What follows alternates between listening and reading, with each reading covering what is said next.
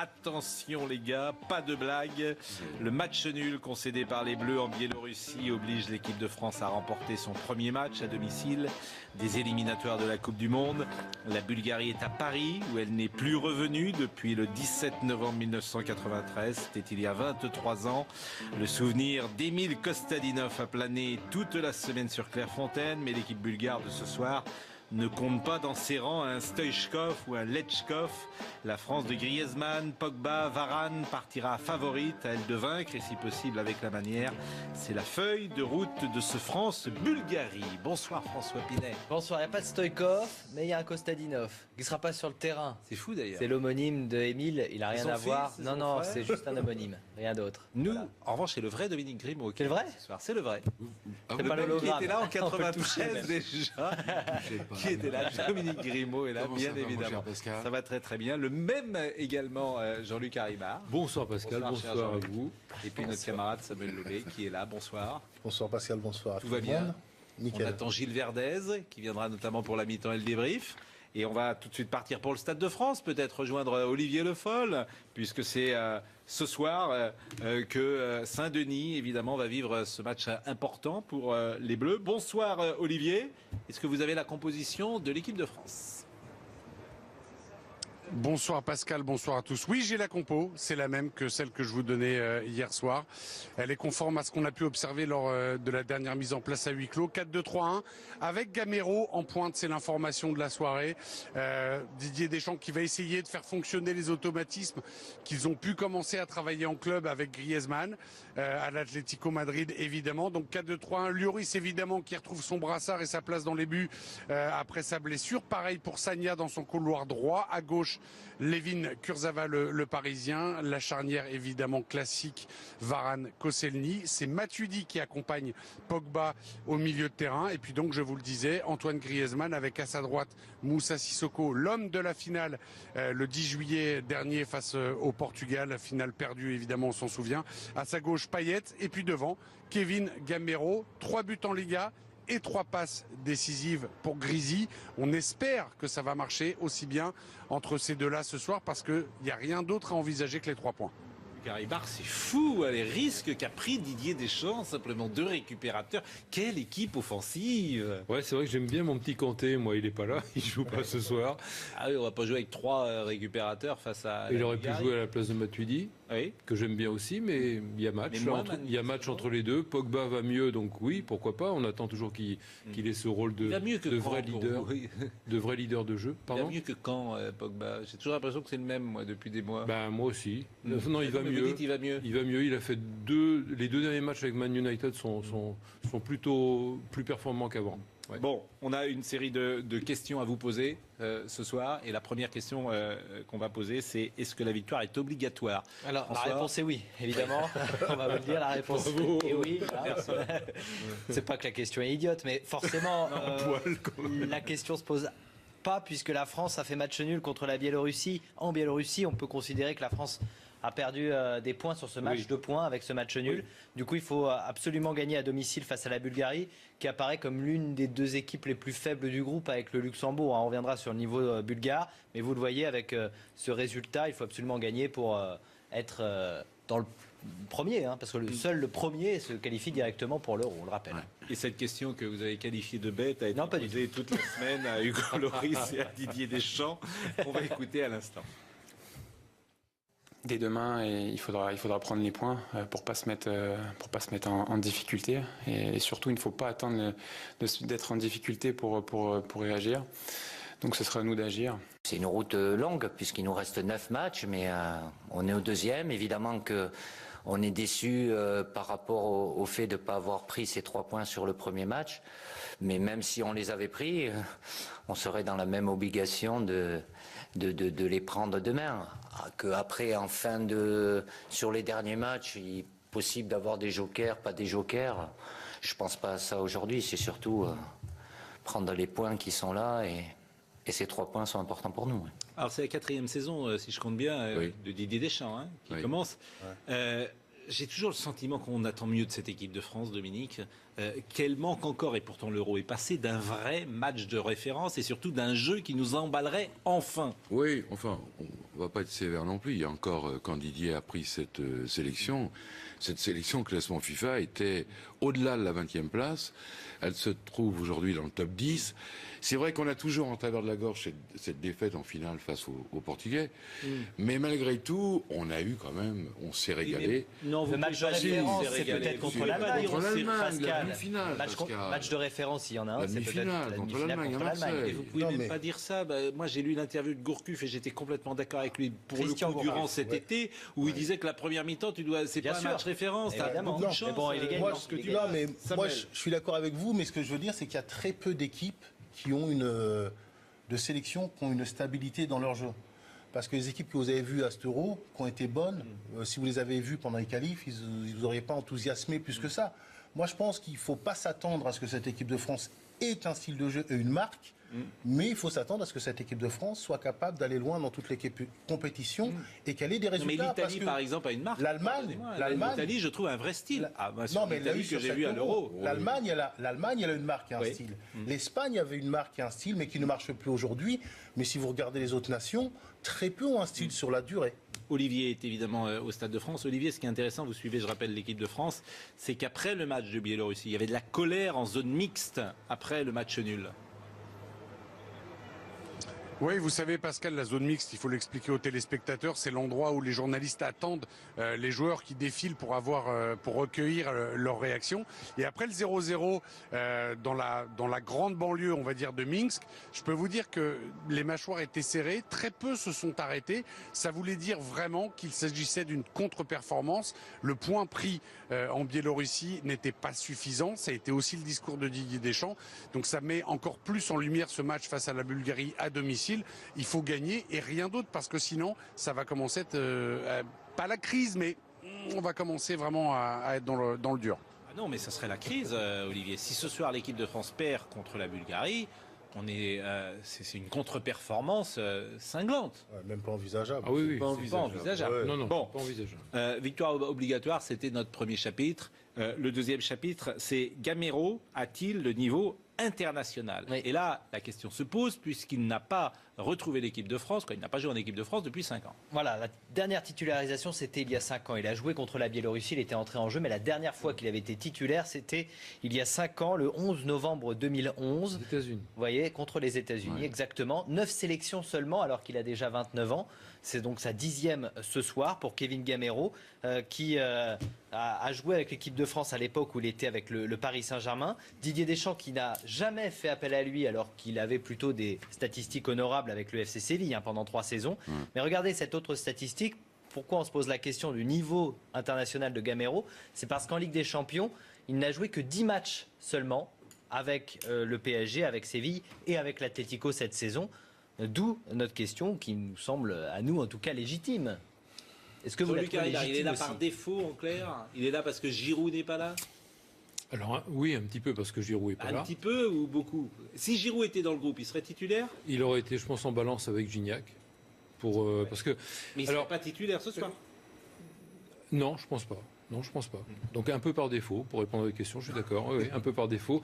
Maintenant, Gamero a joué dans des clubs. Bon, Paris Saint-Germain, c'était une marche qui était peut-être difficile pour lui à grimper. Et puis, il faut bien comprendre que c'est un avant-centre, juste un avant-centre. Il joue nulle part ailleurs.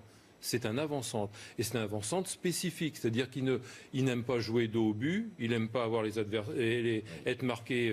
Donc on ne peut pas s'appuyer sur lui comme on peut le faire avec un Giroud. C'est un joueur de profondeur. C'est un joueur fuyant. C'est un avant-centre qui peut aussi jouer un peu comme Griezmann, qui a un peu les mêmes caractéristiques que Griezmann, qui aime bien d'ailleurs jouer avec... Certains disaient c'est pas peur.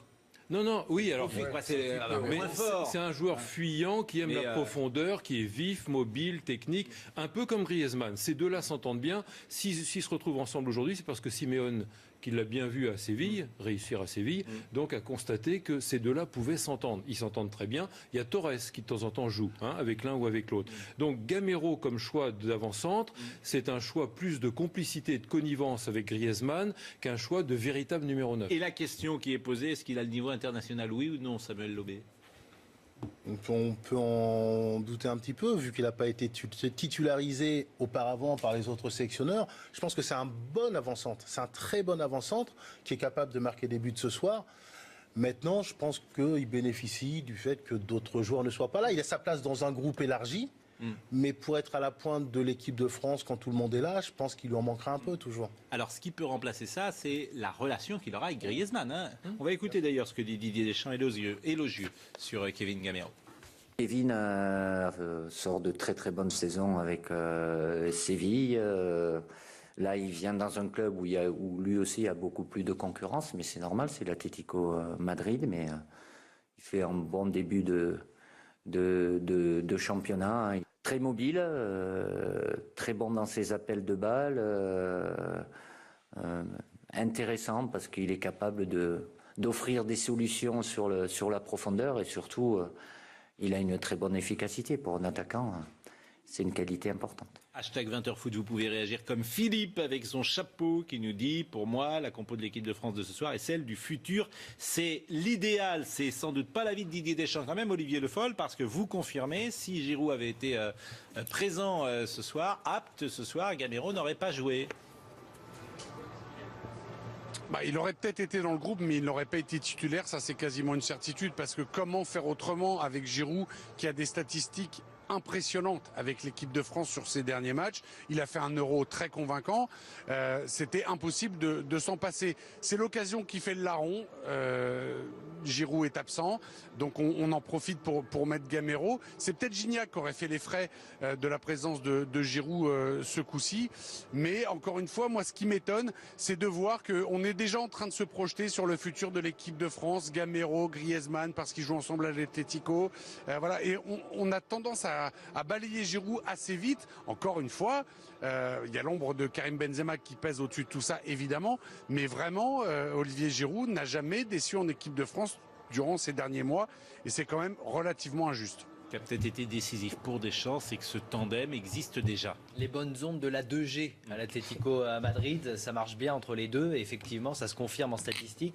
Non seulement ce sont les deux meilleurs buteurs de leur équipe depuis le début de la saison, mais il y a autre chose, c'est qu'ils se trouvent très bien. Vous l'avez dit, hein, Jean-Luc. Et regardez les 3 passes décisives faites par Gamero. Elles ont toutes été faites en club à Antoine Griezmann. J'ai l'impression que Griezmann rend Gamero meilleur. Oui. Et ça, c'est peut-être sa chance. Tout comme Simeone d'ailleurs, qui peut le faire progresser s'il y a marge de progression encore pour Gamero. Bon, on parle du futur de l'équipe de France. Moi, je ne crois pas, malheureusement pour lui, que Kevin Gamero soit le futur de l'équipe de France. Il a 29 ans, on le rappelait. Non, le futur de l'équipe de France, à mon sens, c'est plutôt Nabil Fekir, Anthony Martial, Kingsley Coman et le retour de Benzema. Qui viendra sur la table forcément un jour. Qui a le même âge que Gamero. Vous parliez de l'âge de Gamero. Oui, mais on parlait de niveau international. Benzema, le niveau international, Gamero, non. Vous vouliez rajouter quelque chose? Moi, ce que je veux dire, c'est que je suis d'accord pour Martial, parce que le problème de Martial, c'est Martial, c'est là où tout le monde se trompe. Oui. Martial, il l'avait dit l'an dernier quand Arsenal voulait le prendre. Je suis un avançant. Depuis, il est revenu à dire, je peux jouer sur un côté, mais moi, je pense qu'aujourd'hui, c'est celui qui a le plus de qualité, qui devrait régler tout le monde. Mais il a un problème d'appel, de positionnement, mais en qualité pure. De participation. Oui, en tout cas, c'est pas le débat ce soir. C'est pas le débat. Moi, je trouve, restons sur Gamero. Restons sur Gamero et sur le tandem Gamero-Griezmann. Voilà, moi, je trouve que ce tandem qui est complice, je parlais de complicité, de connivence, et c'est pour ça que Simeone a senti le coup et l'a fait venir de Séville. Parce qu'il l'a observé évidemment avec Séville, et il connaît bien son Griezmann, et il sait bien que ces deux-là pouvaient s'entendre. C'est pas par hasard que Simeone, bon connaisseur de la Liga, l'a fait venir. Mais je trouve que c'est à la fois une force et une faiblesse. Une force parce qu'ils s'entendent bien, ils jouent bien ensemble, au sol, il y en a un qui prend la profondeur, l'autre décroche. Ça marche, d'accord. Ça peut être une faiblesse aussi parce qu'on n'a pas de complémentarité, en ce sens qu'on n'a pas un grand costaud ou un joueur qui peut jouer dos au but. Les deux n'aiment pas jouer dos au but. Les deux ne jouent pas en remise en se mettant dos au but. Les deux aiment bien jouer au sol, vite et prendre la profondeur. Voilà. Si vous nous rejoignez, c'est France-Bulgarie bien évidemment. Ce soir c'est à 20h45. On est en train de détailler tous les chapitres de cette équipe de France. La victoire obligatoire, c'était notre premier chapitre. Et Gamero a-t-il le niveau international? Vous avez dit non?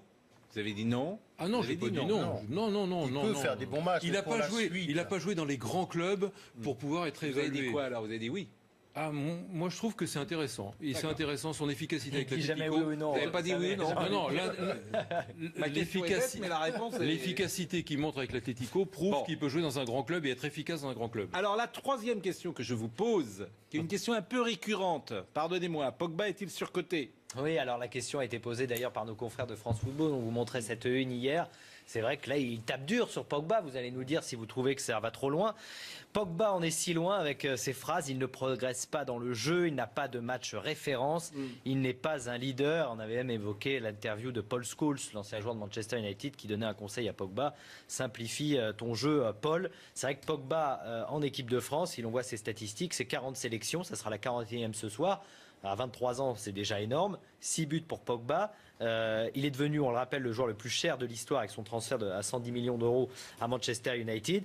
Mais en équipe de France, il y a toujours les mêmes questions qui reviennent sur Paul Pogba. Quel est le dernier Ballon d'Or qui n'était pas attaquant? Voilà. Cannavaro. Ouais. Cannavaro, voilà, 2006. Ouais. C'était limite scandale d'ailleurs pour la Coupe du Monde 2006. Et avant, il y a eu Mathias Sammer. Mathias Sammer. Et où vous voulez en venir? Exact. Quel est le cahier des Je veux charges? dire simplement qu'il est très compliqué de devenir Ballon d'Or quand Voilà. Et c'est pas la joue pas question attaquant. qu'on se pose. On ne demande pas à un Paul peu. Pogba d'être Ballon d'Or. Mais On demande Ballon d'Or. déjà de Non, faire mais des moi, performances. je vois la une de France Football. Oui, mais elle Qui est, vend son Ballon d'Or. Et attaquant buteur. elle est métaphorique, cette une. mais- J'interroge. Il ne progresse pas dans le jeu, il n'a pas de match référence, il n'est pas un leader. Tu peux contester ces trois phrases. Moi, je suis d'accord. Pogba me laisse sur ma faim depuis longtemps. Pour une raison très simple, je vais être très bref. Parce qu'il veut jouer beau, mais pas efficace. Il veut jouer beau. D'abord, il veut faire un beau geste, des beaux gestes techniques. C'est ça qui lui importe. Le jour où il va comprendre que, ok, il est armé techniquement pour être efficace et pour jouer efficace, là, il sera fort. Non, mais c'est D'accord avec ce qui a été dit dans France Foot, parce qu'il faut connaître le cahier des charges. Comme dit Dominique, Pogba, c'est un numéro 6. C'est un numéro 6 Alors, qui peut est-ce que c'est avoir... un numéro 6, un 8 ou un 10? C'est un numéro 6 En qui fait, peut c'est la vraie avoir question. des dépassements de fonction. Moi, Samuel, non, mais moi, c'est les ça. trois phrases. Est-ce qu'il a progressé dans le jeu, oui ou non? Bien sûr. D'accord. Est-ce qu'il n'a pas de match de référence en équipe de France, oui ou non? Pour moi, il a des matchs de référence. Il a fait Lequel? des bons matchs. Dans lesquels? Match de Mais référence, lequel? il n'y a pas de référence, il y a une continuité Ah oui. en équipe de France. Non, mais C'est-à-dire que où pardonne-moi, vous êtes Non, tout il le a temps fait en quelques- Oui, moi je vais performance. te citer Non. des matchs de Est-ce référence, qu'il a des progressé France-Brésil, dans son arrivée en équipe etc. de France? Il a fait Mais quelques bien sûr, bonnes séquences. puisqu'il est titulaire à la Juve depuis 3 ans, alors il y aurait l'homme de la Juve qui se Non, serait on vous trompé parle à d'équipe de l'équipe. France là Il y maintenant. aurait Olivier. l'équipe de France qui se serait trompée et il y aurait en plus Mourinho qui se serait trompé. Mais c'est un numéro 6. Mais ils font un pari qui a sur lui, c'est un sur numéro le 6 potentiel. qui a un dépassement de fonction intéressant. Olivier Le Foll. Voilà son poste. Olivier Le Foll, c'est peut-être un 6 qui veut être 10, tel les Non, grenouilles. lui, il pas un veut six. pas. C'est lui, pas il un veut La six. pas. grenouille de La Fontaine. C'est pas un 6. Olivier. C'est un Il n'est 8. pas assez attentif Plutôt au un niveau 8. défensif. Mais vous arrivez même pas à être d'accord entre Oui, vous. voilà. Mais Moi, c'est pour la moi, dire, c'est un d'ailleurs. six. C'est Quel est dire. son poste? Voilà. C'est un 7,5. Interrogeons Olivier Le Foll sur autre chose. Y a-t-il un malaise Pogba au sein du Club France? En tout cas, ce que je peux vous dire, c'est que c'est le sujet en équipe de France. Parmi les confrères dans la caravane de l'équipe de France, c'est tout le temps une question qui revient. Quand on a Didier Deschamps en conférence de presse, il n'y a pas une conférence de presse où il n'y a pas une question sur Pogba. Alors après, est-ce qu'il joue à sa place ou pas? En tout cas, nous, on le voit à l'entraînement. Techniquement, il se régale, il régale tout le monde. Ça, c'est pas un problème. Mais maintenant, il a aussi le costume très très lourd à porter de joueur le plus cher du monde. Et ça, on sent que c'est compliqué. Et il y a aussi quelque chose, c'est que Didier Deschamps ne l'envoie plus en conférence de presse. Parce que la déclaration qu'il avait faite la dernière fois en disant qu'il voulait être Ballon d'Or, elle pèse aussi très très lourd aujourd'hui parce qu'on lui reproche, et pas seulement les médias français, les médias étrangers aussi, il s'est mis un petit peu dans la panade tout seul. Il a beaucoup à prouver, on attend beaucoup plus de lui, peut-être trop selon Didier Deschamps, mais par exemple un match comme ce soir face à des Bulgares annoncés très faibles, il a quelque chose à faire ce soir, mais je peux vous dire qu'effectivement, c'est un sujet récurrent et on continuera d'en parler encore et encore tant qu'il ne nous aura pas sorti un match référence, parce que, à mon sens, ce match-là, en bleu, il n'a pas eu lieu. Alors, l'équipe de France est composée pour et Pogba. C'est ce qui se dit de temps en temps. La question a été posée à Didier Deschamps, il récuse cette idée. Il a raison. Que ce soit les entraîneurs en club ou moi-même, je ne vais pas faire l'équipe par rapport à Paul. Paul est un élément qui doit être important, qui doit tout faire pour l'être. Mais après, il doit s'adapter aussi. Paul, c'est quelqu'un où quand il fait quelque chose de neutre, souvent c'est pas suffisant, mais ça passe ça passe par là aussi. C'est pas quelqu'un qui va marquer des buts, qui va faire des passes décisives à tous les matchs, quoi. Donc forcément, il y a une attente qui est trop grande, certainement, parce que même quand il fait des choses bien, voire très bien, on a tendance à vouloir en attendre encore plus, quoi. Jean-Luc Haribard, vous n'êtes pas d'accord avec Didier Deschamps. Qu'est-ce qui vous fait dire que Deschamps construit son équipe pour Pogba? Pour Griezmann et Pogba. Il peut pas le dire. Il peut pas dire qu'il construit son équipe pour des joueurs, pour 1 ou 2 joueurs, parce que ce serait donner trop d'importance aux joueurs. Lui, il faut qu'il existe comme entraîneur, qui tienne compte de ses joueurs pour faire son équipe, mais pas en fonction de 2 joueurs. Or, l'équipe en 4-2-3-1, elle est construite pour Griezmann, parce que Griezmann ne veut pas jouer à gauche ou à droite dans un 4-3-3. Il veut jouer en soutien d'un avant-centre. Donc elle est pour Griezmann et pour Pogba. Pourquoi? Parce que Pogba, c'est là où il a été le meilleur dans sa carrière, quand il était en jeune avec Kondogbia, dans un milieu à 2. C'est pour Griezmann et pour Kondogbia. Donc il est moins bon dans un milieu à 3. J'ai juste une question. Moi, je le préférais à la Juve dans un 4-3-3. Jean-Luc, c'est pas pour vous parce que je connais votre réponse, mais est-ce que N'Golo Kanté, au vu de ses performances depuis le début de la saison, au vu de ses performances en équipe de France, n'apporterait pas plus qu'un Paul Pogba? Il est moins fort. Pour moi, il est moins fort. Moi aussi, mais Pogba peut apporter ailleurs. Moins fort, ouais. Bon, donc vous mettez Pogba quand il arrive à tous les matchs comme Deschamps. Mais parce que Pogba et Kanté ne sont pas à mettre en balance. Pogba et Kanté, c'est vraiment celui qui sécurise, qui est devant, qui coupe les liaisons adverses. Pogba, c'est un piston. Petite pause dans notre 20h foot avec le quiz. Petite pause. Est-ce que Olivier... Donc ce duo, les 2 G en attaque, Griezmann soutenant Gamero, Sissoko titularisé, Blaise Matuidi et Paul Pogba au milieu de terrain, Payet sera titulaire à gauche, et puis cette défense, Koscielny Varane en défense centrale, le retour de Bakary Sagna à droite et Kurzawa sera titulaire à gauche, Hugo Lloris dans les buts avec le brassard. Avant de repartir sur l'équipe de France, juste une petite incise pour rappeler les matchs qui sont programmés ce soir, et puis Italie-Espagne d'hier. C'est ça votre question? Oui, Sissoko est-il le chouchou de Deschamps? Est-il super protégé? 27 ans, 46 sélections. Moussa Sissoko titulaire ce soir, ça sera donc la 47e. La première sélection, c'était quand même sous l'ère Domenech. Ensuite, Laurent Blanc l'a vraiment oublié quasiment. Il n'a pas participé à l'Euro. En revanche, c'est un soldat de Deschamps. C'est fou qu'il ait 46 sélections, quand même, ce qui était énorme dans les années 60 ou 70. Alors, pas souvent titulaire, mais c'est vraiment un joueur estampillé de Deschamps. On a l'impression que c'est vraiment son joueur, c'est un soldat. Il a fait appel à lui pour l'Euro alors qu'il était descendu, rappelez-vous, avec son club. Il a fait appel à lui également après l'Euro alors qu'il était en instance de départ. Désormais, il est à Tottenham. Écoutez ce que disait Deschamps à l'époque, c'était en août dernier, sur Moussa Sissoko, même s'il n'avait pas les jambes, indispensable toujours. C'est vrai qu'il n'a pas le rythme de la compétition, mais Moussa a toujours été un joueur important, même s'il n'a pas joué tous les matchs en entier. Évidemment, à l'Euro, c'était un joueur très important. Joueur très important, peut-être victime de son style. Et d'ailleurs, il donne une interview, je vous invite à la lire dans SoFoot cette semaine. Il parle de sa réputation de bourrin, notamment, et de son style de jeu. Alors, il dit, c'est sûr, ma qualité première, c'est d'être physique parce que je suis quelqu'un de puissant. Après, les gens veulent voir des beaux gestes, des petits ponts, des ci, des ça, et je ne peux pas leur en vouloir. Il parle aussi de sa polyvalence. C'est peut-être pour ça qu'il est dans l'équipe de Deschamps. Il le met un petit peu à toutes les sauces. Et il est une nouvelle fois titulaire. Est-ce que pour vous, alors effectivement, il y a eu cette finale magnifique de l'Euro où il a certainement été le meilleur joueur de l'équipe de France, mais est-ce que pour vous, ça y est, c'est un indispensable, un incontournable?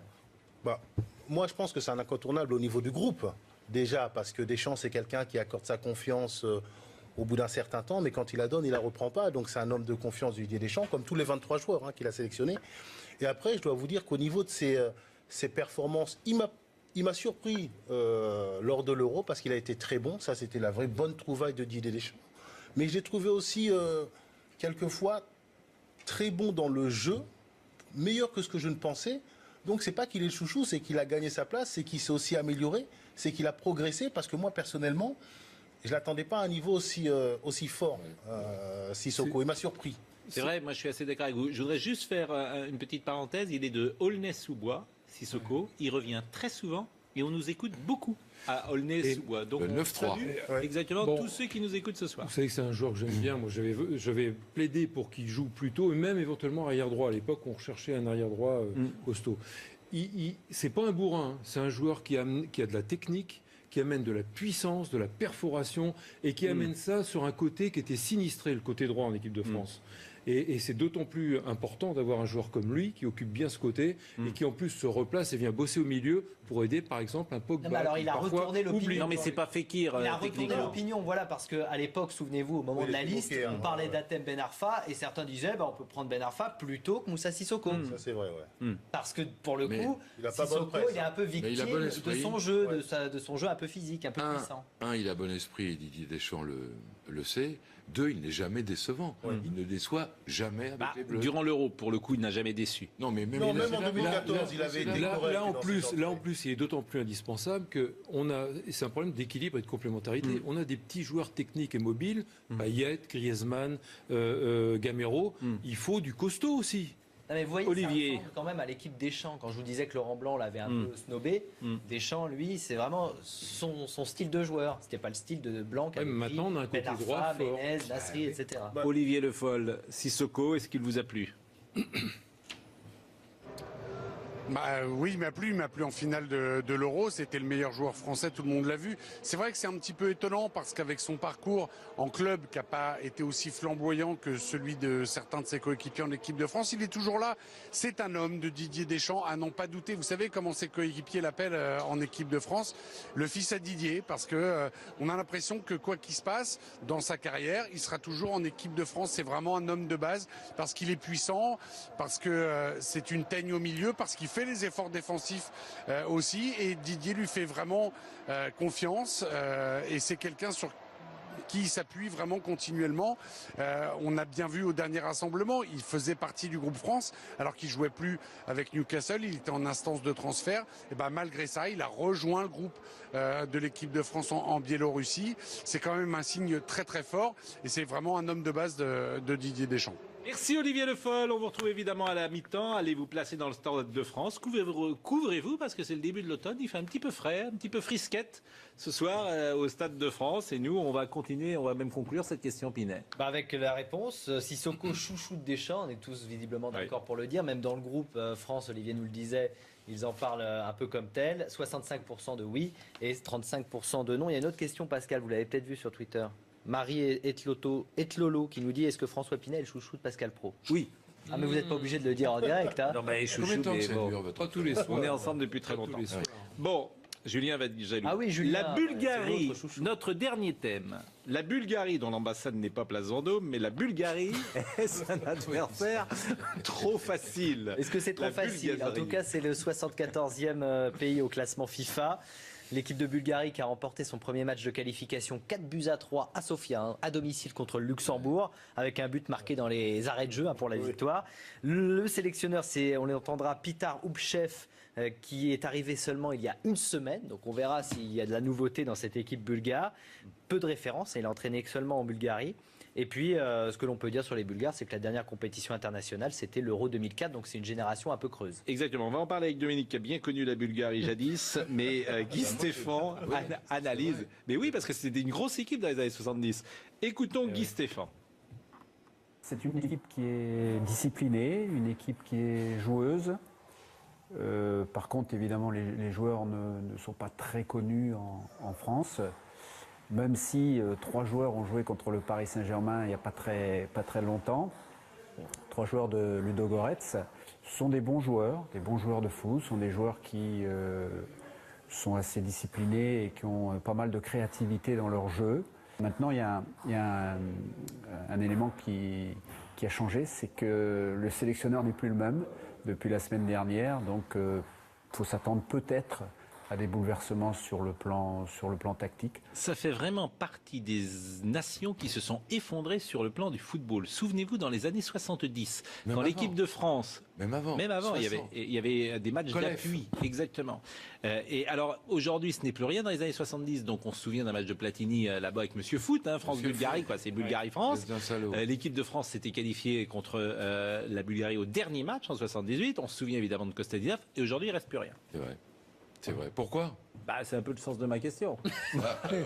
Qui était sous-jacente. Et oui, pourquoi? Est-ce que c'est générationnel? Est-ce que c'est une génération perdue? Il n'y a pas de Stoichkov, il n'y a pas un ballon d'or quand même. C'était pas rien. C'était pas une petite nation comme l'Islande. Aujourd'hui, 74e sur le plan oui, mondial. 74e, oui. Ce match 2 points avec ce match nul. Du coup, il faut absolument gagner à domicile face à la Bulgarie, qui apparaît comme l'une des 2 équipes les plus faibles du groupe avec le Luxembourg. On reviendra sur le niveau bulgare, mais vous le voyez avec ce résultat, il faut absolument gagner pour être dans le premier, parce que seul le premier se qualifie directement pour l'Euro, on le rappelle. Et cette question que vous avez qualifiée de bête a été posée toute la semaine à Hugo Lloris et à Didier Deschamps. On va écouter à l'instant. Dès demain, il faudra prendre les points pour pas se mettre en difficulté, et surtout il ne faut pas attendre d'être en difficulté pour réagir. Donc ce sera à nous d'agir. C'est une route longue puisqu'il nous reste 9 matchs, mais on est au 2e. Évidemment que on est déçu par rapport au fait de ne pas avoir pris ces 3 points sur le premier match. Mais même si on les avait pris... Attention les gars, pas de blague. Le match nul concédé par les Bleus en Biélorussie oblige l'équipe de France à remporter son premier match à domicile des éliminatoires de la Coupe du Monde. La Bulgarie est à Paris où elle n'est plus revenue depuis le 17 novembre 1993. C'était il y a 23 ans. Le souvenir d'Emile Kostadinov a plané toute la semaine sur Clairefontaine, mais l'équipe bulgare de ce soir ne compte pas dans ses rangs un Stoichkov ou un Lechkov. La France de Griezmann, Pogba, Varane partira favorite à elle de vaincre, et si possible avec la manière. C'est la feuille de route de ce France-Bulgarie. Bonsoir François Pinet. Bonsoir, il n'y a pas de Stoichkov, mais il y a un Kostadinov qui ne sera pas sur le terrain. C'est fou d'ailleurs. C'est l'homonyme de Émile, il n'a rien à voir. Non, c'est juste un homonyme, rien d'autre. Nous, en revanche, c'est le vrai Dominique Grimaud. C'est le vrai ce soir. C'est le vrai. C'est pas l'hologramme. Qui était là en 92. Petit Kanté, moi, il n'est pas là, il joue pas ce soir. Ah oui, on va pas jouer avec 3 récupérateurs face à... Il aurait pu jouer à la place de Matuidi, oui, que j'aime bien aussi, mais il y a match. Il y a match entre les deux. Pogba va mieux, donc oui, pourquoi pas. On attend toujours qu'il ait ce rôle de vrai leader, de vrai leader de jeu. Pardon. Il va mieux que quand Pogba. J'ai toujours l'impression que c'est le même, moi, depuis des mois. Ben, moi aussi. Non, il va mieux. Vous dites, il va mieux. Il va mieux. Il a fait les 2 derniers matchs avec Man United sont plutôt plus performants qu'avant. Ouais. Bon, on a une série de questions à vous poser ce soir. Et la première question qu'on va poser, c'est est-ce que la victoire est obligatoire? Alors, la réponse est oui, évidemment. On va vous le dire, la réponse est oui.